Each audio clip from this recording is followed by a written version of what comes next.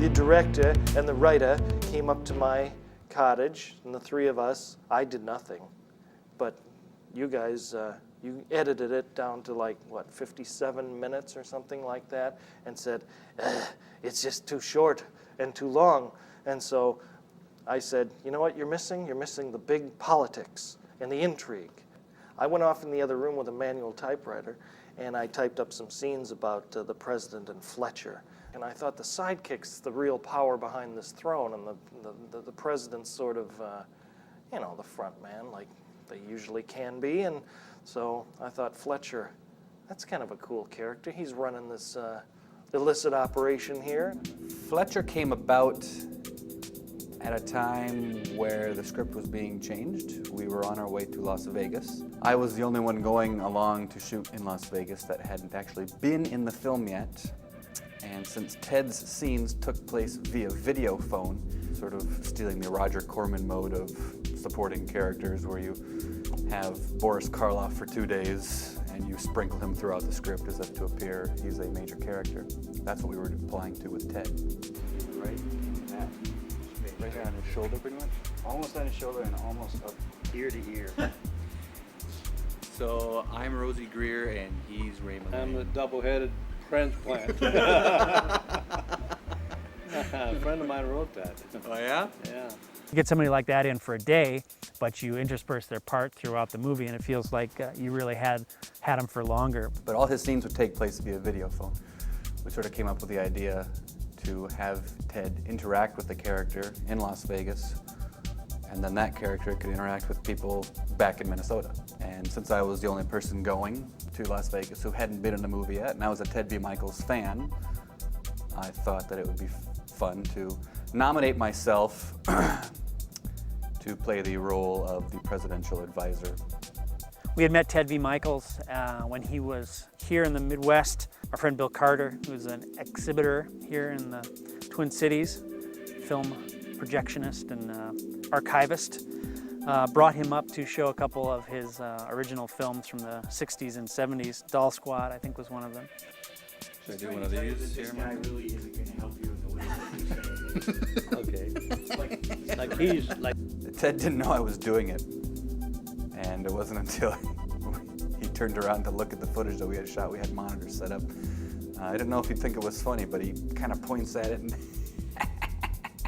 so he thought it was funny, so I liked that. Don't you threaten me, you little shit. This would be out. See, it would be too awkward. Yeah, Okay. I'm only like this, right? Oh, Oh, okay. Yeah, I could use it, huh? go for it. Okay, Yeah, you could threaten me a little bit like Yeah, that. Poke across at- is poke even at him. better. Okay. Okay, I'm ready. I'll go when you say action. Okay, action. Don't you threaten me, you little shit. Ted was like a cool old grandpa. My favorite place to shoot, I think, was probably at Ted's studio. That was a lot of fun. I think we all had fun. It was just me, Ted, and two people working behind the scenes. I think a testament to Ted and his movie-making ability. We were running low on battery juice. We had one more scene to shoot, and it was the outdoor scene with Ted and I walking. And we can't do it. We're losing light. Battery juice is going down. Ted, just get out there and just do it. And if anyone says anything, we'll say we're students, because we didn't have any permits to shoot outside. And we shot the scene, and it works fine. You can't tell. You don't know that you're losing light. We don't know that the battery juice is out, and it's, I think, one of the, effects-wise, one of the best shots of the movie. Las Vegas desert in August is a little warm. I felt bad for Troy. He was running almost the entire time. And we were like, oh, that looks cool. Troy, run past this. And, oh, that rock looks like a skull. Run past that. Oh, this looks pretty neat. Mike, why don't you get down on the ground here? Troy, you come running out like that. And so by about the third hour, Troy had dramatically decreased in size. Yes.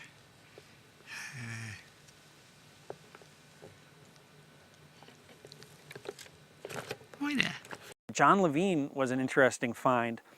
John was a regular on the British sci-fi series Doctor Who for several years, around about 69, 72, something like that. during the John Pertwee reign, and he played one of the UNIT characters, the United Nations Intelligence Task Force. He was Sergeant Bentham. Elijah was working with a guy that we know named Earl, who was part of a band that was playing at a sci-fi convention. They play sci-fi and TV theme, movie, music type stuff. John Levine was going to be a guest at this convention, and apparently also a bit of a singer himself, was looking for a backup band for him to do some performing. So he got in contact with the people at the con. The con told Earl and his band and said, hey, can you guys do up these numbers for John? They did Sgt. Pepper's Lonely Hearts Club Band, but they did it as Sergeant Benton's Lonely Hearts Club Band.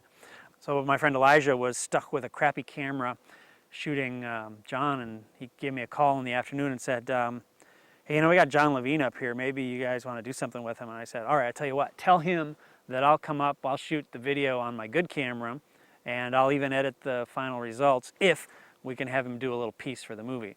So we weren't really sure what we were going to do with him, except there was a character that appeared on a video phone, so we figured, okay, that's safe. You can shoot him separately. So we actually shot him in the hallway of the hotel itself. Okay. So in other words, I'll do that three, and then you'll be able to choose one good one out of it, all right? So I guess the idea is that John Levine's voice is actually the translator voice of the alien, because it's not really in any sort of sync. Okay, I think there's Oscar potential there. Now I know who people are mistaking you for. It's John Hurt. It's John Hurt. She sure is nosy. She's got to be to find the shipment. He's going to tell her about the drug. He's not going to tell her about the drug. He told her about the drug. We finally realized that Shark Sterling's character didn't do anything. We have the coolest looking guy in the movie is sitting at a desk. You don't put a muscular guy like Snipe sitting behind a desk. First of all, he couldn't get that way if he sat behind a desk all the time. Shark's character started out kind of as pretty much a supporting character, not as integrated into some of what the rest of us were doing. Yeah, when I was first called to do the movie, it was just a smaller portion. And then I got a call back where they decided to cut some stuff out and expand my portion of it. And I think they said take advantage of my je ne sais quoi, when I don't know what that is. But I said, let me look that up first. But they wanted to take advantage of that, and so they expanded my part, and I became a central character for the movie. So then I got a spaceship, and I got a girlfriend, I got lots of lines. Instead of him observing the action as he had in the original script, we sent him down to the planet where he could do more damage. There's a certain freedom to not have all this money be coming from all these places.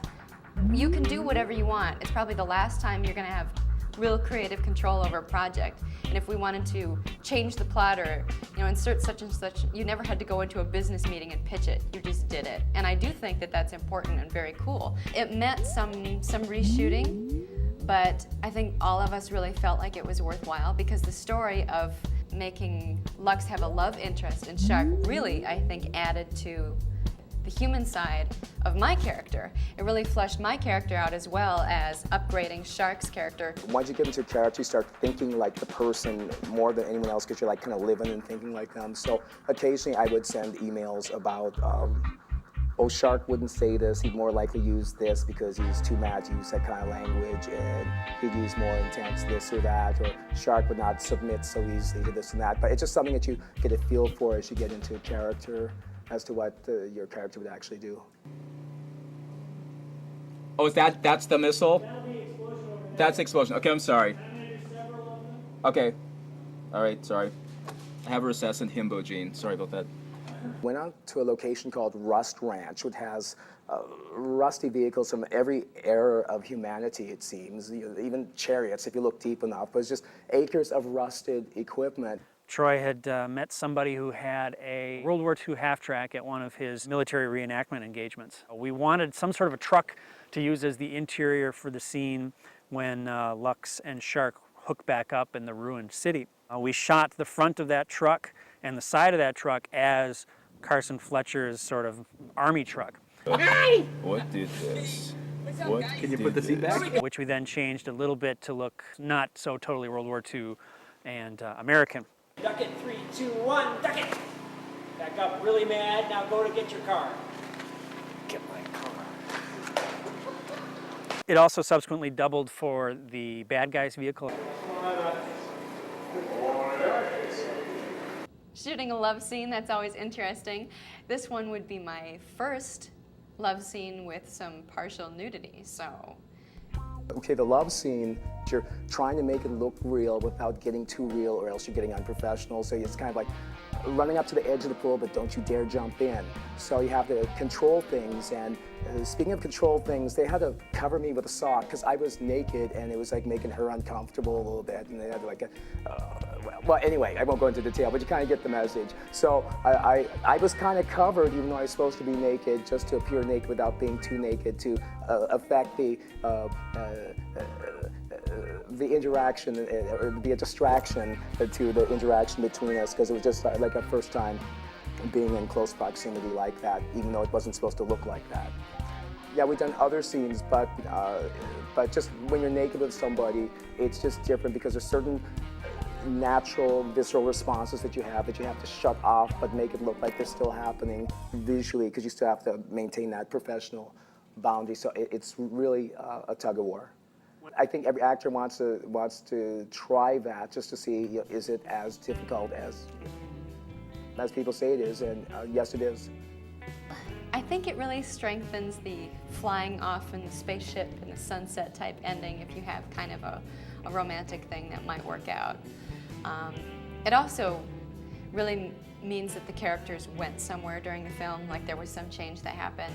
I always think that makes it a more powerful story, as well as it gives you more to act, which I always like. If there's always some other element we can add like that brings up a whole different kind of character bio, I always like that. And it just painted a pretty hero picture in the end, and I think hopefully it will leave audiences hungrier for version 2, Planetfall 2. Yeah.